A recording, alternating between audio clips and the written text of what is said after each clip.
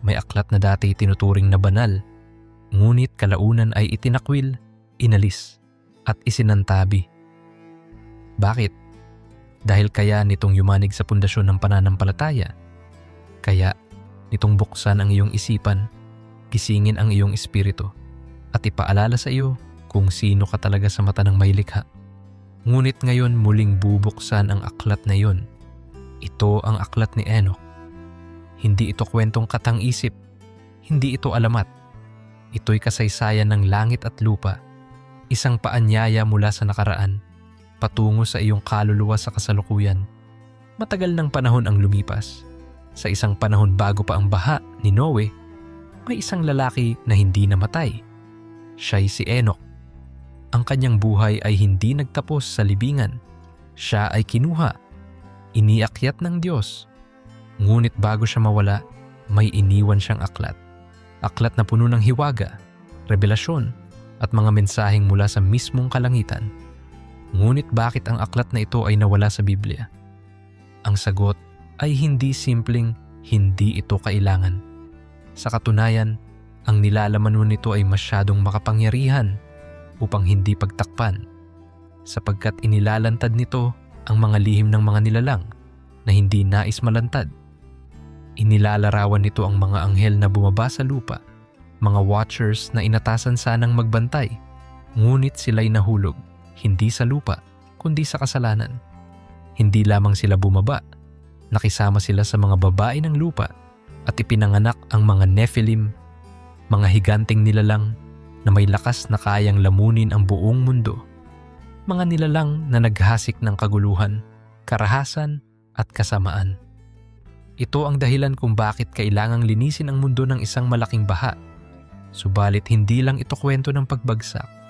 Ito rin ay kwento ng isang taong hinirang upang maging saksi sa mga lihim ng langit. Si Enoch, piniling akyatin ang mga ulap, pasukin ang mga pintuan ng langit at makita ang mga nilalang na hindi kayang unawain ng tao. Inilahad sa kanya ang mga lihim ng mga bituin, ang oras ng paghuhukom at ang mga patakaran ng espiritual na mundo. Ang kanyang aklat ay puno ng propesya tungkol sa darating na tagapagligtas, tungkol sa pagkawasak ng mga masasama at sa pagbangon ng mga matuwid. Ngunit marahil ang pinakamatinding dahilan kung bakit ito inalis ay dahil sa tindi ng kanyang babala na may mga kapangyarihang gumagalaw sa likod ng mundo, tahimik ngunit mapanira, at itinatago sa atin ang tunay na kalikasan ng ating espiritual na pagkatao. Ang mga lider ng pananampalataya noong sinaunang panahon ay nagtipon-tipon upang ayusin ang kanon ng Biblia. Sa prosesong ito, may mga aklat na kanilang pinili at may mga aklat na kanilang tinanggihan. Ang aklat ni Enoch ay isa sa mga tinanggihan, hindi dahil wala itong kabuluhan, kundi dahil napakabigat ng laman nito. Hindi ito aklat ng aliw, kundi ng paggising. Hindi ito aklat ng aliwan, kundi ng pagkamulat. Pilit tayong pinaniwala na ang mundo ay simpleng lugar. May langit, may impyerno, may Diyos at may demonyo. Ngunit ayon sa aklat ni Enoch, may higit pa. May mga nilalang sa pagitan, mga espiritong gumagala, naghihintay ng paghatol. May mga prinsipe ng langit na nagkasala, mga tagapagbantay na tumalikod sa kanilang tungkulin. At sa gitna ng lahat ng ito, isang tao lang, ang piniling isulat ang lahat ng ito upang hindi tayo maligaw. Si Enoch ay hindi propeta para lamang sa kanyang panahon.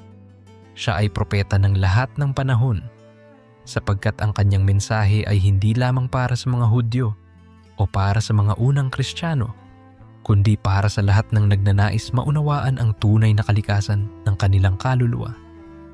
Ang kanyang aklat ay naglalaman ng mga detalyeng magbubukas ng iyong isipan. Isang paalala na ang buhay ay higit pa sa nakikita ng mata. Isang babala na ang digmaan ng mabuti at masama ay hindi lamang sa labas, kundi sa loob ng ating puso. Ngunit ito rin ay kwento ng pag-asa, sapagkat sa gitna ng kaguluhan ipinakita kay Enoch ang darating na kaligtasan, ang pagdating ng anak ng tao na uupo sa trono ng Diyos at huhusga sa lahat. Sa kanyang bisig dadalhin niya ang mga matuwid at wawasakin ang kaharian ng kasamaan. Ngunit paano ito mauunawaan ng isang taong ayaw makinig? Kaya siguro inalis ang aklat dahil mas madaling kontrolin ang mga taong natutulog kaysa sa mga taong gising. Mas madaling pamunuan ang mga takot kaysa sa mga malaya. At ang aklat ni Enoch, ito'y aklat ng kalayaan. Kalayaan mula sa kasinungalingan, kalayaan mula sa kadiliman, kalayaan mula sa takot.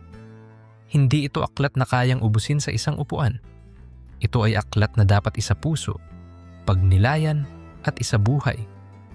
Dahil ang sino mang tumanggap ng mensahe nito ay hindi na muling magiging pareho. Kapag binuksan mo ang aklat ni Enoch, para mo na ring binuksan ang iyong espiritual na mata. At kapag nakakita ka na, hindi mo na ito maipipikit. Ngayon, iniimbitahan kitang sumama sa paglalakbay. Isang paglalakbay sa mga lihim ng sansinukob, sa mga kwento ng mga nilalang na hindi nababanggit sa pulpito, at sa mga mensaheng kayang baguhin ang iyong pananampalataya. Huwag kang matakot, sapagkat ang liwanag ay laging nasa dulo ng dilim. At kung iniisip mong katang-isip lamang ito, tanungin mo ang sarili mo, bakit inalis ito sa Biblia? Bakit tinago ito sa atin? Sapagkat ang katotohanan ay hindi palaging komportable, ngunit ito ay laging makapangyarihan. At sa mga susunod na bahagi, bubuksan natin ang bawat kabanata. Isa-isang susuriin ang mga propesya, ang mga nilalang, at ang mga revelasyon na naghatid kay Enoch sa mga palasyo ng langit. Ngunit bago tayo matapos, nais kong iwan sa iyo ang isang tanong. Kung ang isang aklat ay inalis hindi dahil sa kakulangan, kundi dahil sa sobrang katotohanan, hindi ba't karapat-dapat itong muling buksan? Ito ang iyong simula. Ito ang pagbabalik ng liwanag sa kadiliman ng pagkalimot. Ito ang aklat ni Enoch, at ito ang paanyaya sa iyong gisingin ang iyong kaluluwa. Sa pagpapatuloy ng kanyang kwento, si Enoch ay iniangat mula sa mundo, hindi sa pamamagitan ng kamatayan, kundi sa paanyaya ng Diyos. Sa gabay ng isang makapangyarihang anghel, pinasok niya ang mga daanang espiritual na hindi kayang lakaran ng karaniwang nilalang. At sa bawat hakbang, sa bawat antas ng langit na kanyang nadaanan, may katotohanang ipinapakita sa kanya na hindi kailanman narinig ng tao. Ang unang langit ay tila isang lambak na puno ng ulap at halimuyak ng panalangin. Doon naroon ang mga tinig ng mga nilalang na walang katawan, ngunit may awit na kayang pukawin ang puso ng Diyos. Sa ikalawang langit, nakita niya ang mga espiritu ng mga taong namatay sa kasalanan ngunit hindi pa hinahatulan. Ang mga ito'y umiiyak, hindi dahil sa sakit, kundi dahil sa paghihintay. Paghihintay ng hustisya, ng kapatawaran, ng hatol. Sa ikatlong langit, natagpuan niya ang isang hardin, isang paraiso ng liwanag at kapayapaan. Doon naroon ang mga kaluluwang namuhay ng matuwid, masaya, at tahimik sa piling ng kanilang tagapaglikha. Habang siya'y umaakyat pa, nakita niya ang mga puwersang kumikilos sa kalawakan. Sa ikaapat na langit, ang mga bituin ay hindi lang basta bola ng liwanag. Sila ay may espiritual na layunin. Bawat bituin ay may tagapag-ingat at bawat tagapag-ingat ay may tungkulin. Sa paningin ni Enoch, ang galaw ng buwan, araw at mga bituin ay hindi aksidente. Sila'y ginabayan, pinangangalagaan at sinusunod mga nilalang ng langit. Napagtanto ni Enoch na ang buong kalawakan ay may ritmo, isang himig na sumusunod sa utos ng Diyos. Sa ikalimang langit, nakita niya ang mga anghel na umiyak. Oo, may mga anghel na umiiyak. Sila ang mga tagapagsubaybay na nahulog, mga watchers na isinugo sa lupa upang bantayan ng tao, ngunit nahulog sa tukso. Inamin nila ang kanilang pagkakasala. Ang kanilang mga mata ay punong-puno ng pagsisisi, ngunit alam nilang hindi na sila makababalik sa kanilang dating kalagayan. Ang langit na iyon ay puno ng panaghoy at katahimikan, isang paalala sa sino mang tumalikod sa liwanag. Sa ika-6 na langit, naroroon ang mga anghel na hindi kailanman nabigo. Sila ang mga punong tagapamahala ng sansinukob, ang mga gumagawa ng mga utos ng Diyos, tagapagtala ng kasaysayan, tagapagbantay ng buhay at kamatayan. Sa lugar na ito, nakita ni Enoch ang mga aklat na mas dakila pa sa kahit anong aklat sa lupa. Dito'y nakatala ang pangalan ng bawat tao, bawat gawa, bawat iniisip. Ang mga aklat na ito ang magsisilbing batayan sa araw ng paghuhukom. At sa ikapitong langit, ang pinakamataas sa lahat, doon niya nasilayan ang trono ng Diyos. Ang liwanag ay hindi kayang ilarawan. Ang katahimikan ay hindi dahil sa kawalan ng ingay, kundi sa lubos na paggalang. Sa harap ng trono ay may mga nilalang na hindi matawag na anghel, hindi rin maikakategoriyang espiritu. Sila'y walang pangalan sapagkat sila'y lagpas sa unawa ng tao. At sa gitna ng lahat ng ito, may isang nilalang na tila anak ng tao, punong-puno ng kapangyarihan, bihis sa katuwiran, at napapaligiran ng apoy ng hustisya. Siya ang huhusga sa mga nilalang, sa mga anghel at sa mga tao. Siya ang tagapagligtas. At sa kanyang paanan si Enoch ay lumuhod. Hindi siya lumuhod sa takot, siya'y lumuhod sa pagkilala, sa pagsuko, sa pananampalataya. At habang siya'y lumuluhod, ang tinig ng Diyos ay bumalot sa kanya. At sinabi ng tinig, "Isulat mo ang iyong nakita. Isulat mo ang hindi kayang unawain ng marami. Huwag kang matakot sapagkat ang mga makikinig ay yaong mga handa. At yaong ayaw makinig ay hindi mo dapat ikabahala sapagkat ang salita ay itatanim at ang panahon ng pag-aani ay darating." Pagkababa ni Enoch mula sa paglalakbay na iyon, ang kanyang mukha ay nag-iba. Hindi na siya basta tao. Siya'y naging tagapagdala ng revelasyon at sinimulan niyang isulat ang kanyang nakita. Isa-isang inilapat sa pergamino ang mga pangitain, ang mga tagpo, ang mga tinig. Sa bawat sulat niya, naroroon ang bigat ng katotohanan, ang apoy ng kaliwanagan, at ang lungkot ng pagkakahiwalay, sapagkat alam niyang hindi lahat ay maniniwala. Hindi lahat ay tatanggap, ngunit siya'y sumunod. Ang kanyang aklat ay hindi simpleng salaysay. Ito ay gabay para sa mga panahon ng dilim, isang ilaw sa gitna ng kaguluhan. At sa bawat pahina nito, may panawagan. Panawagan para sa mga gising, panawagan para sa mga natutulog, panawagan para sa mga pagod, sa mga sugatan, sa mga naliligaw. Ang nilalaman ng langit ay hindi para sa aliw, kundi para sa pagising. Ang kanyang paglalakbay ay hindi upang sambahin, kundi upang sundan, sapagkat ang tunay na pananampalataya ay hindi nakasalalay sa relihiyon, kundi sa ugnayan. Ugnayan ng nilalang at may lalang, ugnayan ng kaluluwa sa liwanag, at ang aklat ni Enoch, ito ang tulay.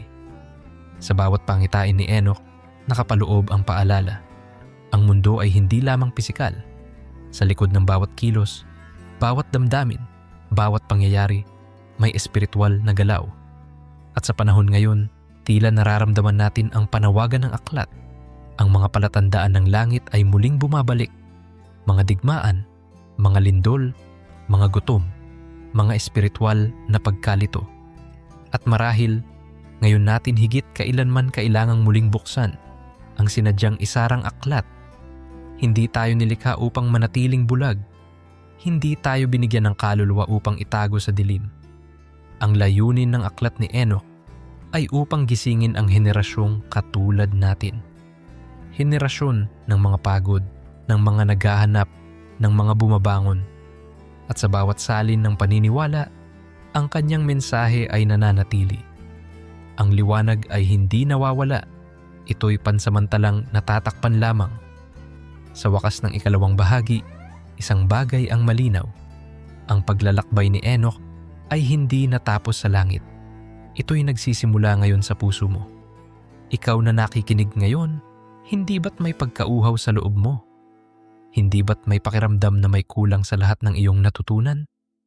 Ang aklat ni Enoch ay hindi para palitan ang iyong paniniwala, kundi para palalimin ito. hindi upang wasakin ang iyong pananampalataya, kundi upang patibayin ito sa pundasyon ng kaalaman at katotohanan.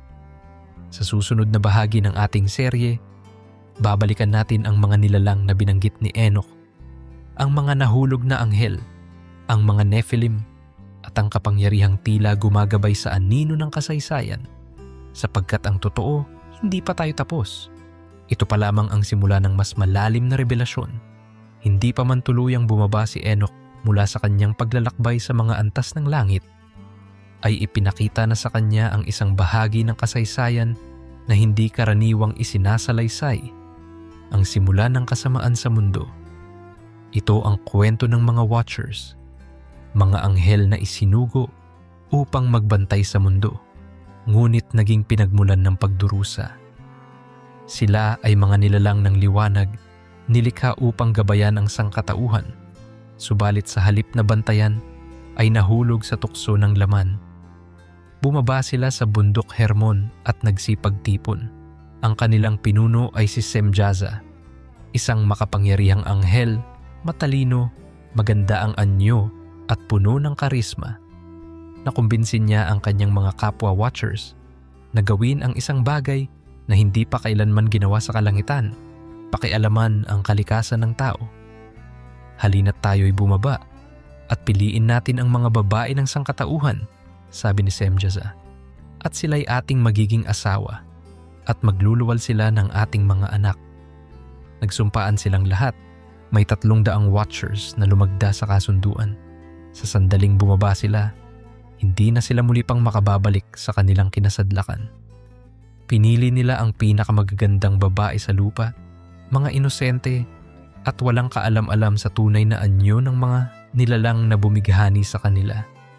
Ang mga kababaihan ay nabuntis at nagsilang ng mga nilalang na hindi tao, mga Nephilim, mga higanting ang taas ay abot sa ulap, ang lakas ay kayang wasakin ang kabundukan, at ang kagutuman ay wala ang katapusan. Kumain sila ng lahat ng pagkain ng tao, at nang maubos na ang ani, sinimulan nilang kainin ang mga tao. Oo, naging halimaw sila, hindi dahil sa kanilang anyo, kundi dahil sa kanilang kaluluwa. Hindi pa rito nagtapos ang kasamaan. Ang mga Watchers ay nagturo sa mga tao ng mga bagay na hindi pa dapat nilang malaman. Itinuro nila ang panggawa ng sandata, ang mga lihim ng metal, ang panggagamot gamit ang damo, ang mahika, at ang pagsusulat ng mga mahiwagang pangalan. Ang mga kababaihan ay tinuruan kung paanong gumamit ng alahas, pintura sa muka, at kasuotang mapanukso. At dahil dito, lumaganap ang tukso, pagnanasa, at karahasan. Ang mundo ay napuno ng dugo. Ang mga tao ay hindi na basta tao. Ang kanilang puso ay naging bato. Ang bawat bansa ay pumasok sa digmaan. Ang mga hari ay naging sakim. At ang mga pari ay nawalan ng paningin sa katotohanan. Sa ilalim ng pamumuno ng mga Nephilim, nagtagumpay ang kadiliman sa balat ng lupa. Ang mga Watchers, bagamat makapangyarihan, ay hindi na mapigilan ang gulong kanilang nilikha. At sa gitna ng kaguluhang ito, ang sigaw ng sangkatauhan ay umabot sa langit. Narinig ng Diyos ang iyak ng mga api. Narinig niya ang pagdaing ng kalikasan, ang panaghoy ng mga inosente, at ang panalangin ng mga naliligaw. Kaya't ipinadala niya si Enoch upang humarap sa mga Watchers at dalhin sa kanila ang hatol. Ipinadala si Enoch sa bundok Hermon, kung saan nagkukubli ang mga dating tagapangalaga ng mundo. Ngunit sa paningin ng Diyos, wala silang maitatago. Nang humarap si Enoch, wala siyang dala kundi ang mensahe ng langit. Sa mga araw ng inyong kapangyarihan, kayo'y nang abuso. Ngayon, ang inyong mga anak ay papatayin at kayo'y igagapos sa kailaliman, sa kadilimang walang hanggang sa araw ng paghuhukom. Ang mga Watchers ay nakiusap. Humiling sila kay Enoch na mamagitan sa Diyos. Umiiyak sila, nagmamakaawa, umaasang maririnig pa ang kanilang tinig. Si Enoch ay muling umakyat sa langit, dala ang mga sulat ng mga Watchers, mga panalangin, mga pag-amin, at mga luha ng pagsisisi. Ngunit ang sagot ng Diyos ay malinaw. Hindi ako makikinig. Hindi para sa inyo ang awa. Hindi kayo ginawa upang magkasala. Hindi kayo nilikha upang magmahal ng laman. Ang inyong kasalanan ay hindi laban lamang sa tao, kundi laban sa kalangitan. At sa pagbabalik ni Enoch sa lupa, dinala niya ang mensahe. Ang mga watchers ay huhusgahan. Ang kanilang mga anak, ang mga Nephilim, ay lilipulin. At sa dulo, darating ang malaking baha. Isang pagdadalisay, isang pagbabalik sa pinagmulan. Mula roon, sinimulan ni Enoch ang paglalakbay upang isulat ang lahat ng kanyang nakita at narinig. Sa mga aklat na kanyang iniwan, malinaw ang tema. Ang kasamaan ay hindi lamang produkto ng tao, kundi epekto ng pagkasira ng balanse sa pagitan ng langit at lupa. Ang espiritual na digmaan ay hindi kwento lamang ng simbahan. Ito'y kasaysayan ng buong sangkatauhan. Nais ipabatid ni Enoch na kahit ang mga nilikhang malapit sa Diyos ay kayang mahulog, na ang kagandahan ay maaaring maging bitag, at ang kapangyarihan, kung hindi ginamit ng may kabanalan, ay nagdudulot ng kapahamakan. Ngunit sa kabila ng lahat ng ito, naroon din ang pangako ng muling pag-asa. Ipinakita sa kanya ang araw ng paghuhukom, isang araw ng liwanag kung saan ang anak ng tao ay uupo sa trono ng hustisya. Ang mga watchers ay igagapos magpakailanman. Ang kanilang mga anak ay mawawala na parang alikabok sa hangin. At ang mga matuwid, yaong hindi bumigay sa tukso, yaong nagtiwala sa Diyos sa gitna ng dilim, ay itataas. Isinulat din ni Enoch ang mga palatandaan ng mga huling araw. At ngayon, isa-isa nang nagaganap. Ang paglaganap ng kasinungalingan, ang pagpapalaganap ng maling aral, ang digmaan ng relihiyon, ang pagkakawatak-watak ng pamilya, ang paglaho ng habag. Lahat ng ito'y isinulat na noon pa man.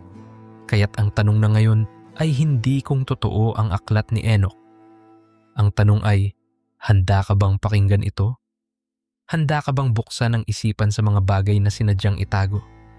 Handa ka bang lumakad sa katotohanan kahit na ang daan ay mapait at masikip? Ang kasaysayan ay paulit-ulit at ngayon tila muling bumabalik ang mga aninong dati nang napalayas. Ngunit hindi pa huli ang lahat, sapagkat ang liwanag ay hindi kailanman kayang talunin ng dilim. Ang mga kwento ni Enoch ay nananatiling buhay, nagsisilbing babala, paalala at gabay. At ikaw na nakarating sa bahaging ito ng ating paglalakbay ay pinatotohanang may apoy pa sa iyong loob. Apoy ng paghanap sa katotohanan. Huwag mo itong hayaang mamatay. Hindi natapos sa pagbagsak ng mga watchers ang revelasyon kay Enoch. Bagkus, ito ang naging simula ng mas malalim na pagpapahayag. Ipinakita sa kanya ng Diyos ang wakas ng panahon, ang sandaling sasapit ang araw ng paghuhukom, isang araw ng liwanag at kadiliman, ng pagbubunyag at pagsasara, ng kaparusahan at kaligtasan. At sa gitna ng lahat ng ito, naroroon ang anak ng tao, ang hinirang, ang hukom, ang tagapagligtas. Mula sa mga ulap ng langit, nakita ni Enoch ang pagdating ng anak ng tao na tila isang haliging apoy na bumababa mula sa trono ng Diyos. Sa kanyang pagdating, nayanig ang kalikasan. Ang mga bundok ay yumukod, ang mga bituin ay nawalan ng liwanag, at ang mga espiritong masama ay nagsimulang manginig. Ang kanyang presensya ay hindi lamang paningin, ito'y pandinig, pakiramdam at espiritual na lindol. Wala siyang dala kundi katotohanan. Hindi espada, hindi hukbo, kundi ang kapangyarihang maghatol sa pamamagitan ng liwanag. Ang mga masasama ay sinilipan ng kanyang paningin, at ang bawat kasinungalingan ay nalantad. Walang itinago ang nanatiling nakatago. Maging ang mga banal na lugar na ginawang lugar ng kasakiman ay nadamay. Mula sa palasyo hanggang sa lansangan, walang sino man ang nakaligtas sa paningin ng anak ng tao. Ang bawat gawa, malaki man o maliit, ay sinukat, tinimbang at hinusgahan. Subalit sa kabila ng lahat ng ito, hindi kawalan ng pag-asa ang laman ng propesya. Sapagkat habang pinaparusahan ang mga masasama, tinataas naman ang mga matuwid. Ipinakita kay Enoch ang bagong mundo, isang lupaing malinis, isang sangkatauhang muling pinag-isa, at isang kahariang pinaghaharian ng katarungan. Doon, ang mga luha ay pinunasan, ang mga sugat ay pinagaling, at ang pagod ay binigyan ng kapahingahan.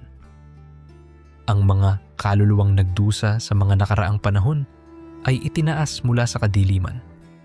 Ang mga martir, ang mga inusig, ang mga hindi kailanman kinilala ay binigyan ng korona ng kaluwalhatian, at ang kanilang mga pangalan ay isinulat sa aklat ng buhay, isang aklat na nakita mismo ni Enoch sa langit.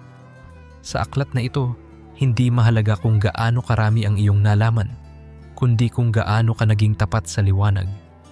Ang araw ng paghuhukom ay hindi upang sirain, kundi upang dalisayin, hindi upang wasakin ang sangkatauhan, kundi upang alisin ang mga lason ng kasaysayan. Ipinakita rin kay Enoch ang 7 henerasyon, mga yugto ng panahon kung saan unti-unting lilitaw ang palatandaan ng wakas.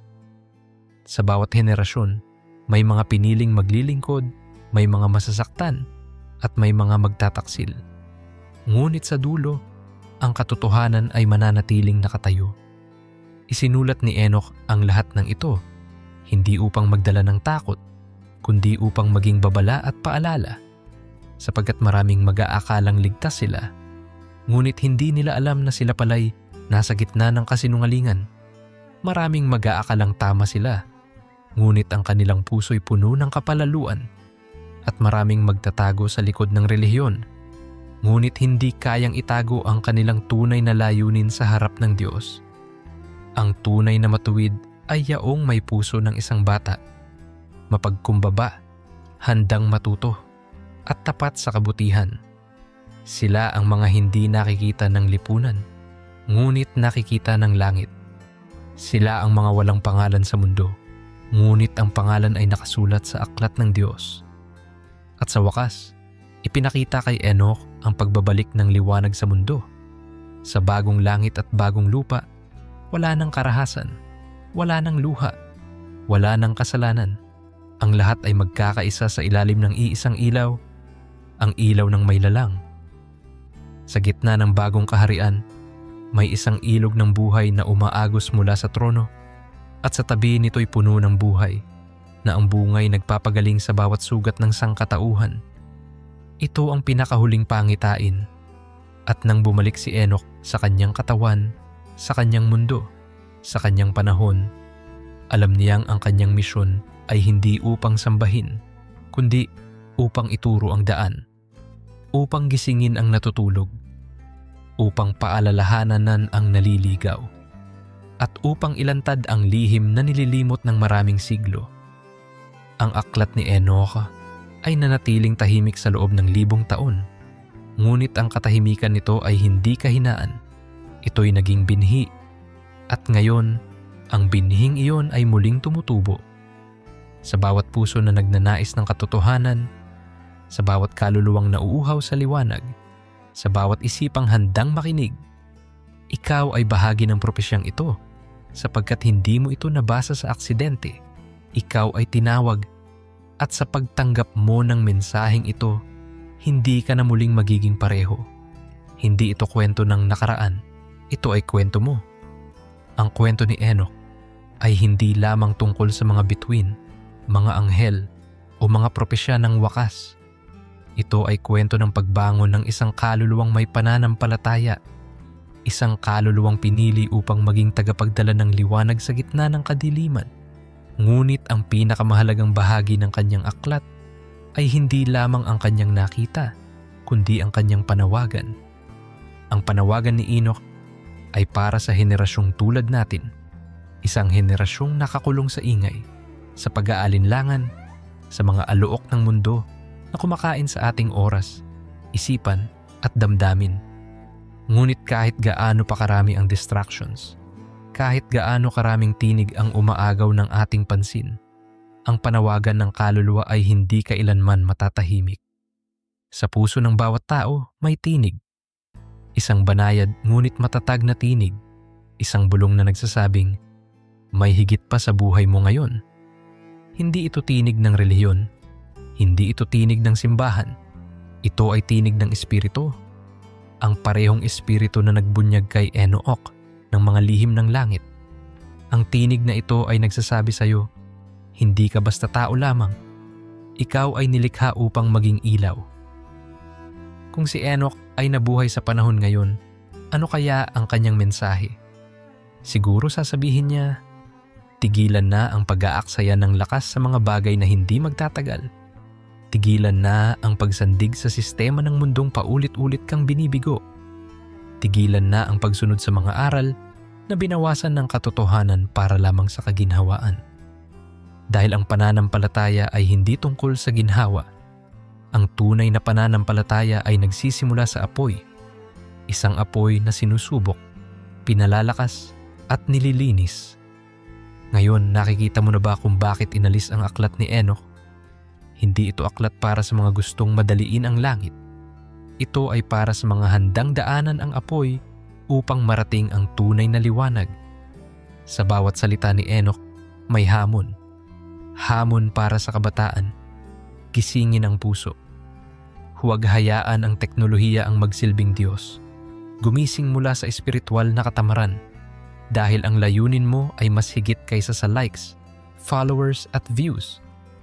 Hamon para sa mga magulang. Huwag hayaan ang mga anak na lumaki sa mundong walang pagkilala sa banal. Ikaw ang unang propeta sa loob ng iyong tahanan. Ang pananalita mo ay humuhubog ng pananampalataya o pumapatay nito. Hamon para sa mga pinuno. Itigil ang paggamit ng kapangyarihan upang maghari.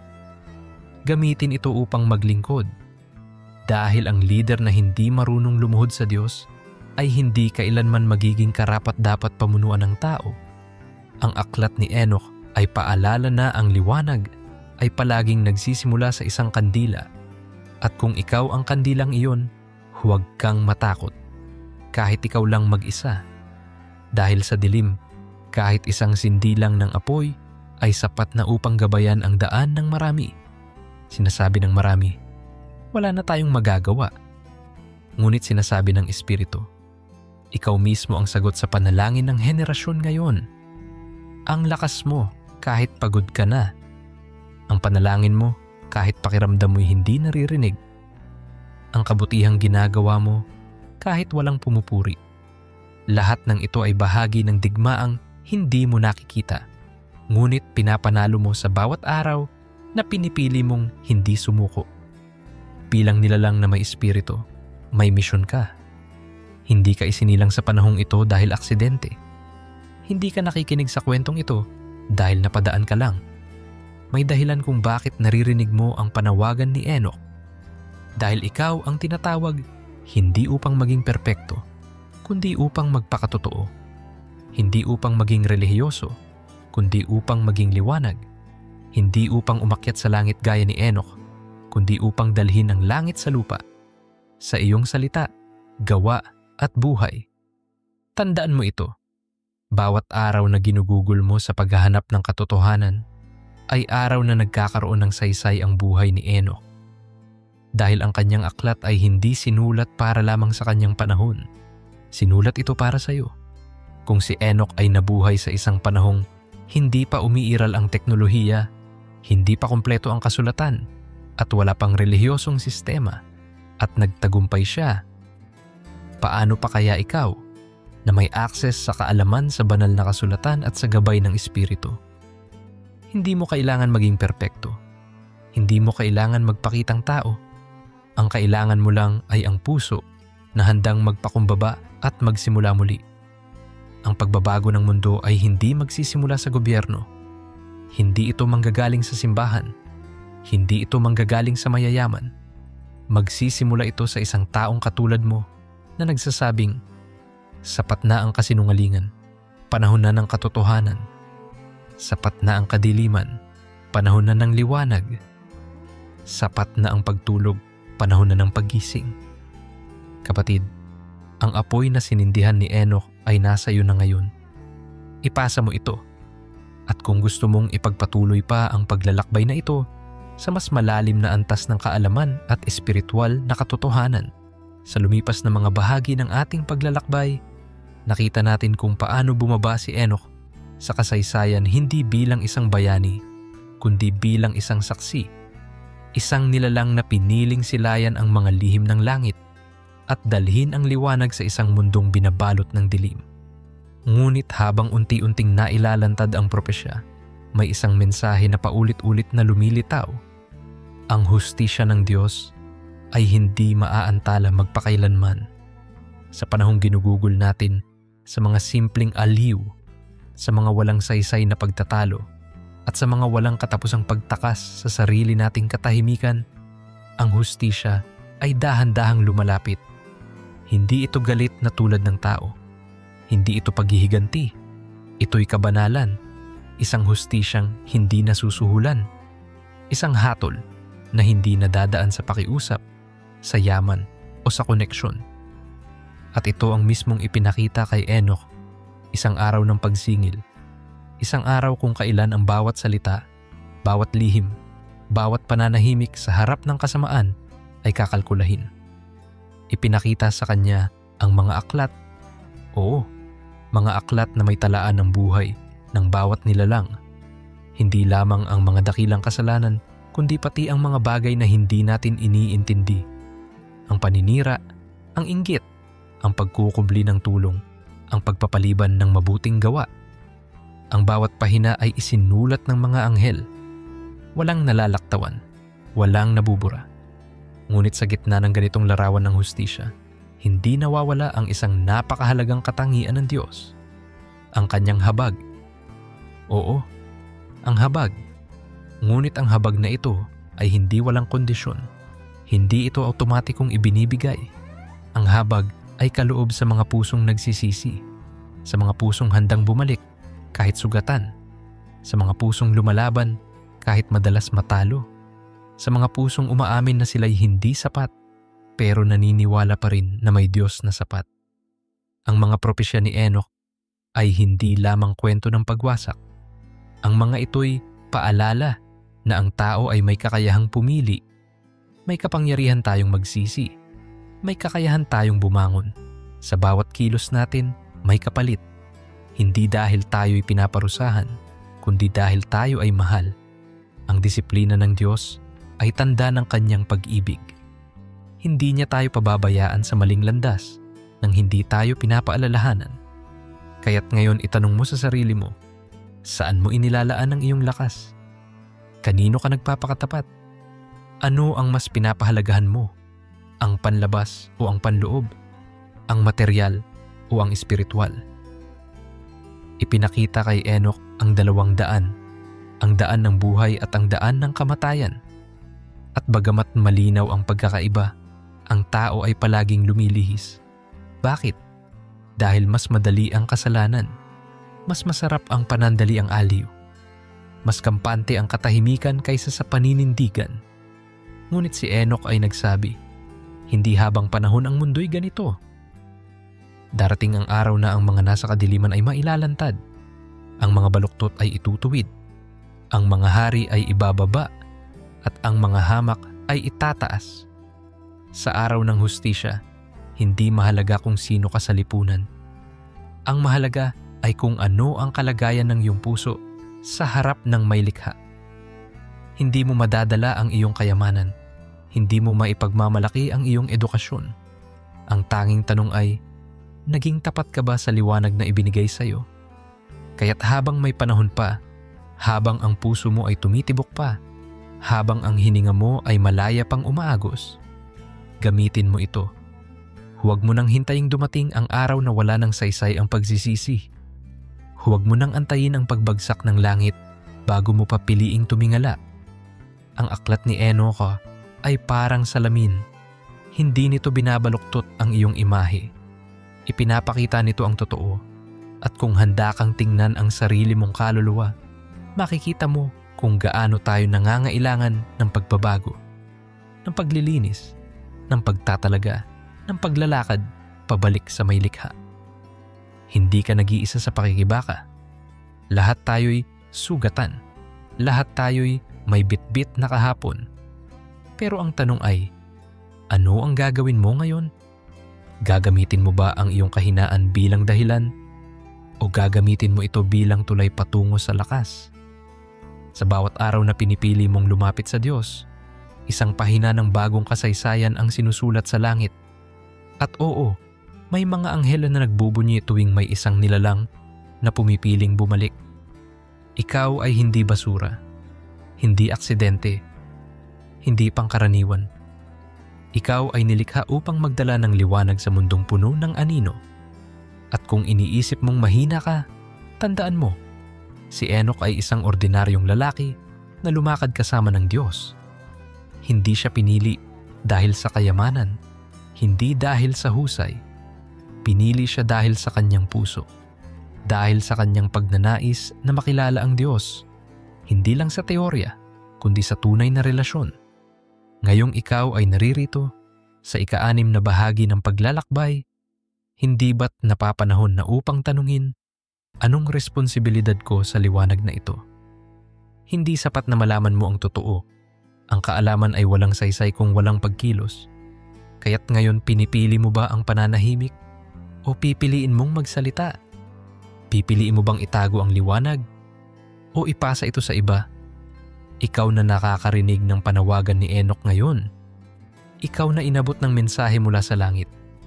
Ikaw ang dapat maging susunod na Enoch. Hindi upang makakita ng langit, kundi upang ituro sa iba ang daan patungo roon. Ang aklat ni Enoch ay hindi lang kasaysayan.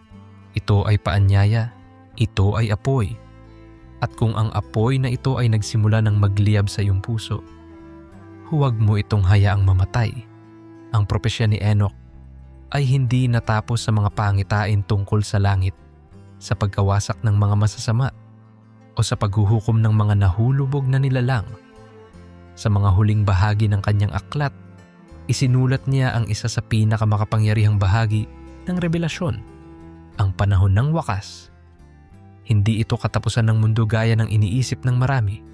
Hindi ito isang malaking pagsabog o ang biglaang pagkawala ng lahat. Ito ay panahon ng pagsala, panahon ng pagpili, panahon ng pagsubok. Sa kanyang mga pangitain, nakita ni Enoch ang mga henerasyon ng tao, mula sa pinakamaaga hanggang sa pinakahuli. Nakita niya ang bawat yugto ng sangkatauhan, ang mga pagbagsak, ang mga digmaan, ang mga lider na sumira ng pananampalataya, at ang mga kabataang naging instrumento ng Diyos. Sa mga huling araw, sabi niya, lilitaw ang mga huwad na guro. Hindi ito mga halatang kaaway ng katotohanan. Hindi sila galit. Hindi sila malupit. Sa halip, sila ay kaaya-aya, magaganda ang pananalita, mapanghikayat. Ngunit sa ilalim ng kanilang mga ngiti ay ang lason ng kasinungalingan. Ituturo nila ang kalahating katotohanan at palalabasin itong buo. Papalitan nila ang apoy ng pananampalataya ng pilak na aliw. Gagawin nilang negosyo ang relihiyon at ang mga tao ay hindi na hahanapin ang Diyos, kundi ang ginhawa. Ngunit sa kabila nito, may natira. May mga kaluluwang hindi sumabay sa agos, mga pusong nanindigan sa gitna ng tukso, mga nilalang na pinili ang masikip na daan. Sila ang mga tagapagdala ng liwanag, hindi sikat, hindi tanyag, ngunit kilala sa langit. Ipinakita kay Enoch na sa huling panahon, sila ang magiging pag-asa ng mundo. Sila ang magiging panangga laban sa kadiliman. Sa bawat lungsod, sa bawat nayon, sa bawat tahanan, may isang taong itinalaga upang magsindi ng apoy. Hindi sila palaging naririnig, pero sila'y palaging nananalangin. Hindi sila palaging kinikilala, pero sila'y palaging gumagawa ng tama kahit walang nakakakita. Ikaw ba ang isa sa kanila? Hindi mo kailangang magpakita ng himala para matawag na hinirang. Hindi mo kailangang maglakad sa tubig o magpagaling ng may sakit. Ang kailangan lang ay isang puso na tapat, handang magsindi ng liwanag sa gitna ng dilim. Ang panahon ng wakas ay hindi dapat katakutan, dapat itong paghandaan. Sa bawat araw na lumilipas, mas lumalapit tayo sa panahon ng paniningil. At kung hindi tayo magpapasya ngayon, kailan pa? Sa bawat salin ng kasaysayan, may panawagan. At sa panahong ito, ikaw ang tinatawag, hindi para maging relihiyoso, hindi para ipagmalaki ang iyong kabanalan, kundi upang mamuhay ng may layunin, upang ituro ang daan sa mga nawawala, upang maging liwanag sa gitna ng mga mata ng batang naghahanap ng pag-asa, upang maging tahimik na boses sa gitna ng sigawan ng mundo. Si Enoch ay hindi nagturo ng relihiyon. Nagturo siya ng katapatan, ng pananagutan, ng relasyon sa may lalang. Iyan ang tunay na panawagan ng kanyang aklat. Kaya't habang ang iba'y abala sa pagkuha ng mas marami, piliin mong magbigay. Habang ang iba'y abala sa paghusga, piliin mong umunawa. Habang ang iba'y sumusuko, piliin mong lumaban. At sa bawat araw na pinipili mong magpakatapat, kahit mahirap, kahit mag-isa, isa kang Enoch sa panahong ito. Ang mundo ay hindi kailanman kailangang mamatay sa kadiliman, basta't may isang tao na patuloy na nagsisindi ng liwanag. At kung ang tinig na ito ay tumatawag sa iyo ngayon, huwag mo nang balewalain. Sa dulo ng lahat ng propesya ni Enoch, sa likod ng mga babala, ng paghuhukom, ng mga nilalang na bumagsak mula sa langit, ng mga bansang nawasak ng kasalanan, at ng panahong pinahintulutang lumaganap ang kadiliman, naroon pa rin ang isang pangako. Isang pangako na hindi kailanman nabura, kahit sa pinakaitim na bahagi ng kasaysayan ng sangkatauhan. Ang pagbabalik ng liwanag. Ito ang bahagi ng aklat ni Enoch na bihirang pagtuunan ng pansin, ang mensahe ng tagumpay. Hindi lamang ang kasamaan ang idinetalya ni Enoch, kundi ang dakilang pagwawagi ng mga matuwid. Ang huling propesya ni Enoch ay hindi isang wakas. Ito ay simula. Simula ng isang bagong kaharian, isang bagong pag-asa, isang bagong sangkatauhan. Ipinakita kay Enoch ang muling pagbangon ng mundo. Isang lupaing malinis, walang bakas ng kasamaan at puspos ng banal na presensya. Walang karamdaman, walang takot, walang kalungkutan. Lahat ay pinuno ng Espiritu ng Diyos. Ang mga bundok ay sumasamba, ang mga ilog ay umaawit, ang hangin ay dalisay, at ang bawat nilalang ay lumalakad sa pagkakaisa. Ang kaharian ng liwanag ay hindi para sa mga dakila, kundi para sa mga tapat. Hindi para sa mga palakpakan ng mundo, kundi para sa mga tahimik na nanindigan kahit walang nakakita. Sila na kinutya, sila na iniwan, sila na binansagang baliw sa kanilang pananampalataya. Sila ang itataas. Sa kahariang ito, ang anak ng tao ay namumuno, hindi bilang diktador, kundi bilang pastol. Hindi upang hatulan, kundi upang alalayan.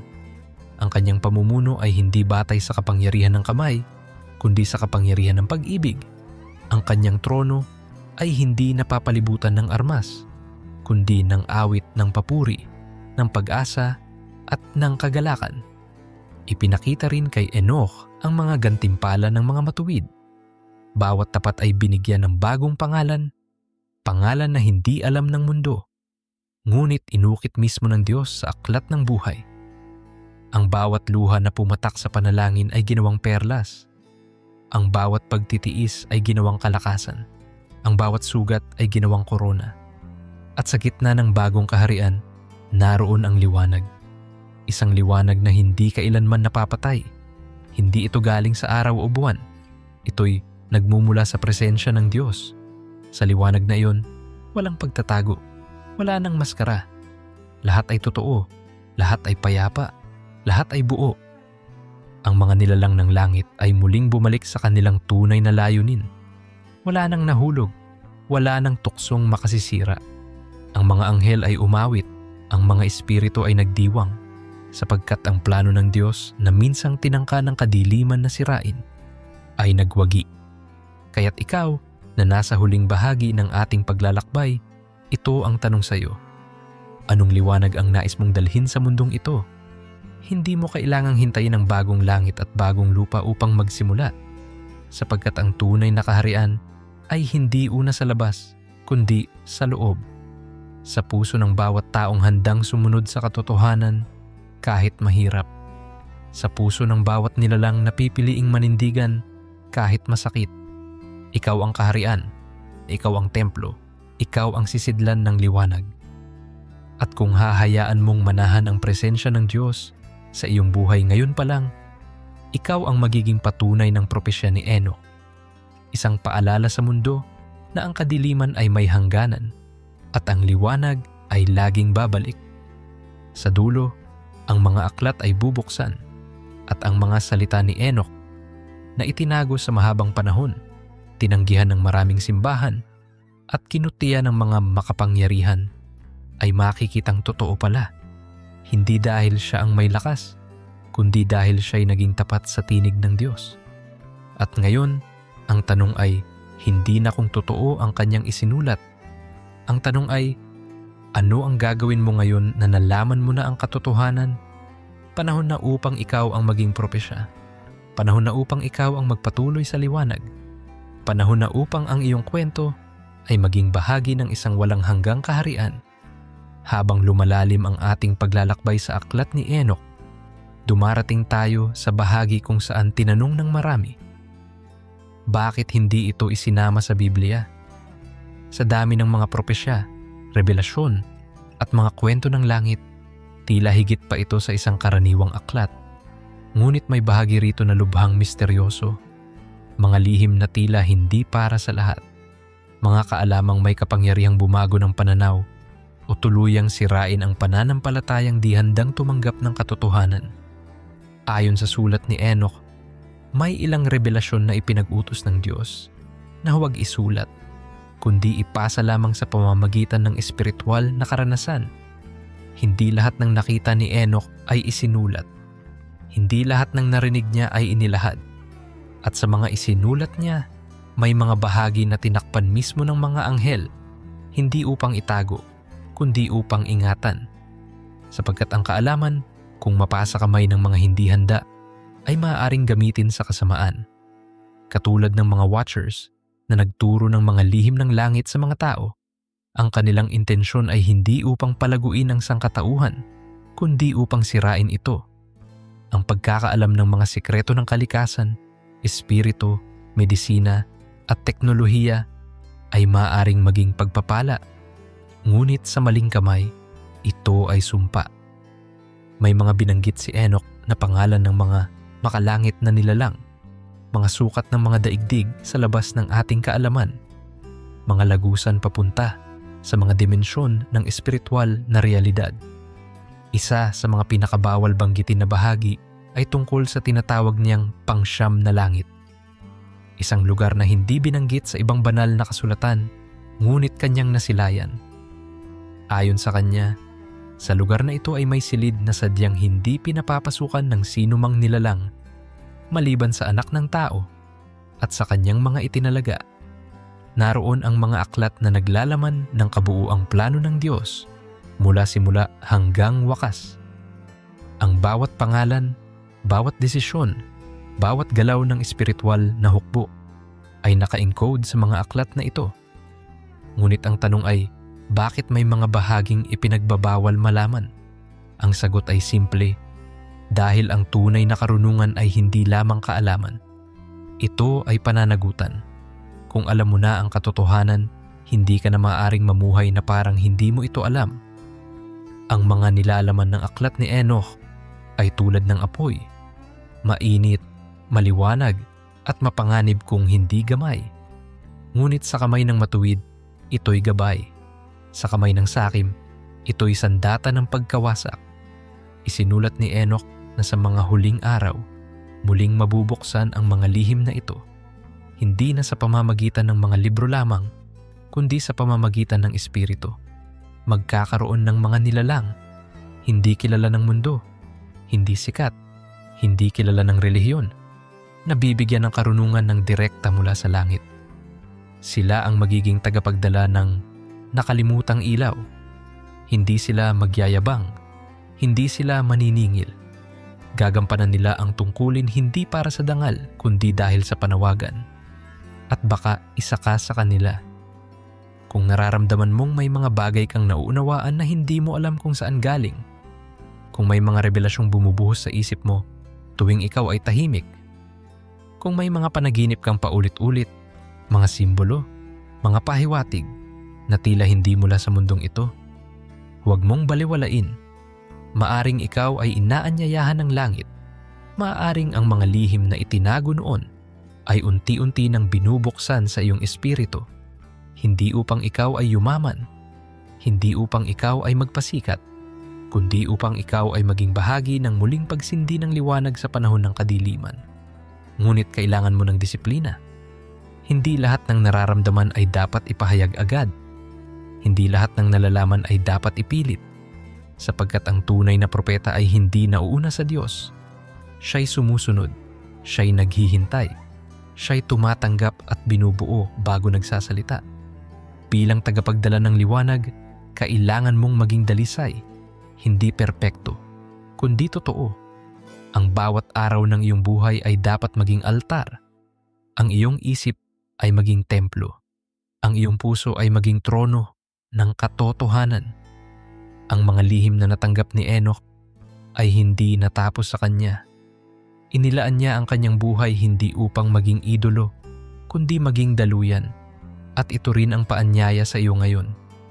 Sa dulo, hindi ang dami ng nalaman mo ang bibilangin, kundi kung paano mo isinabuhay ang liwanag na ibinigay sa iyo. Kung paano mo tinanggap ang mga revelasyon hindi bilang karangalan, kundi bilang tungkulin.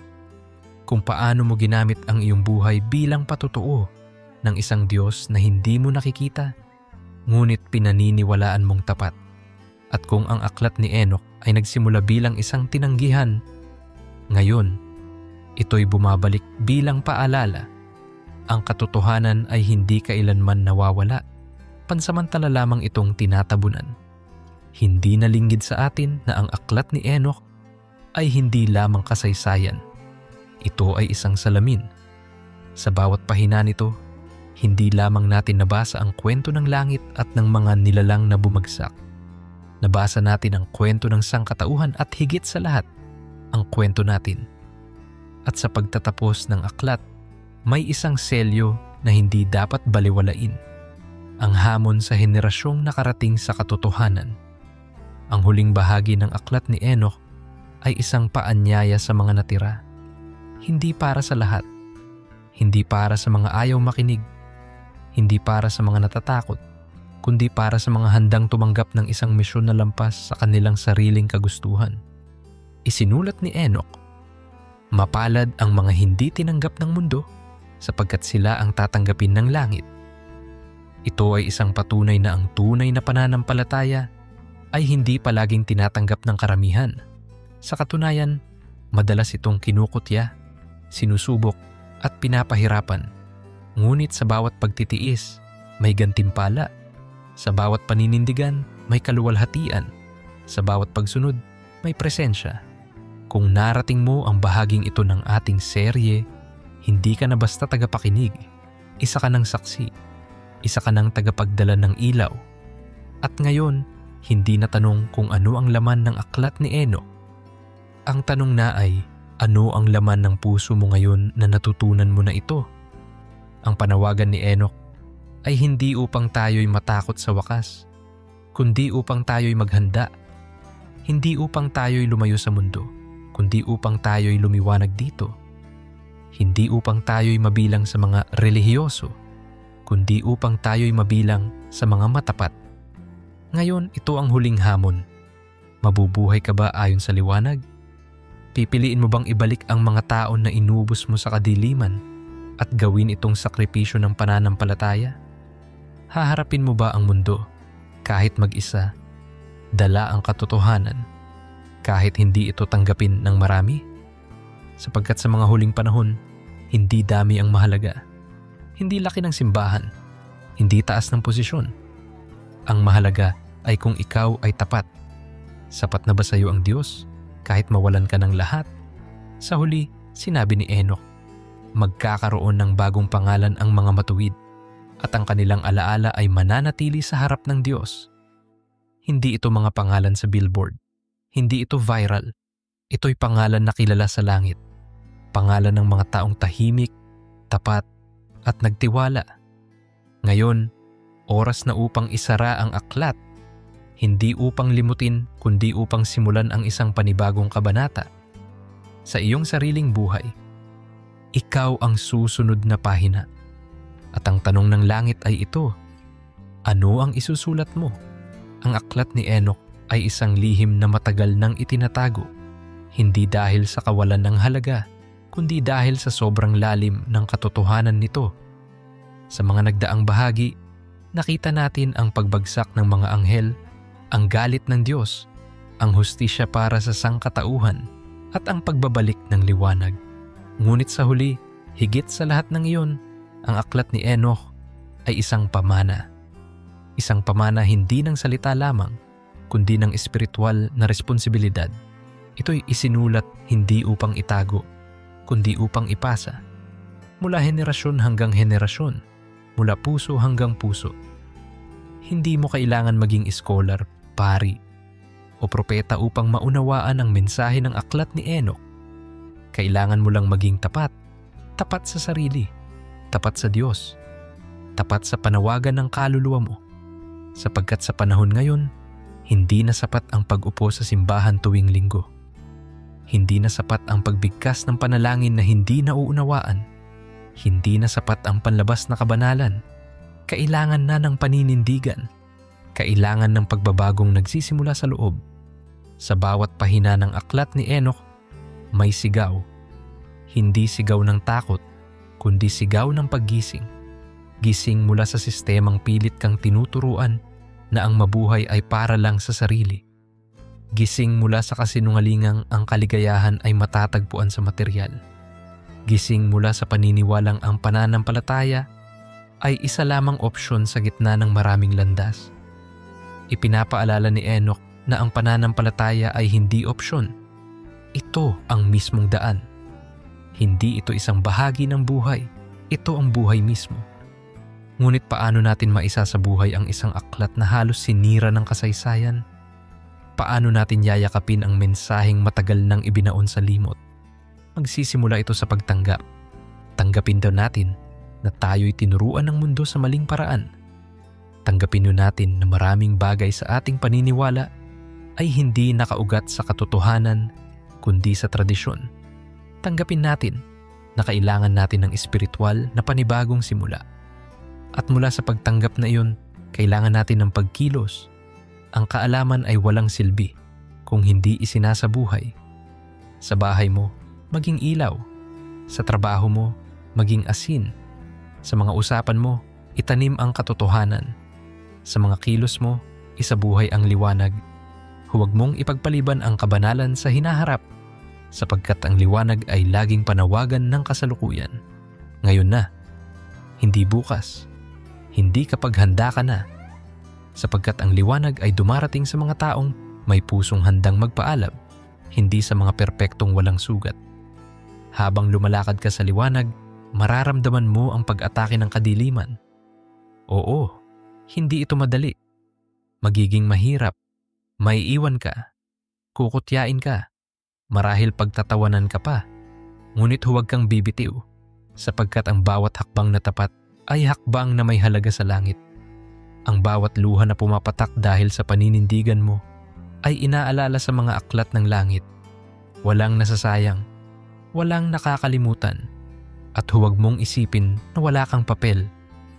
Ang pinakamalaking kasinungalingan ng kaaway ay ito, na wala kang halaga.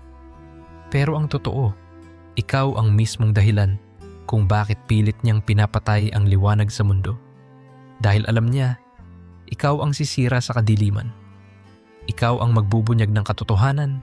Ikaw ang susunod na Enoch ng henerasyong ito. Hindi upang sumikat, kundi upang magningning.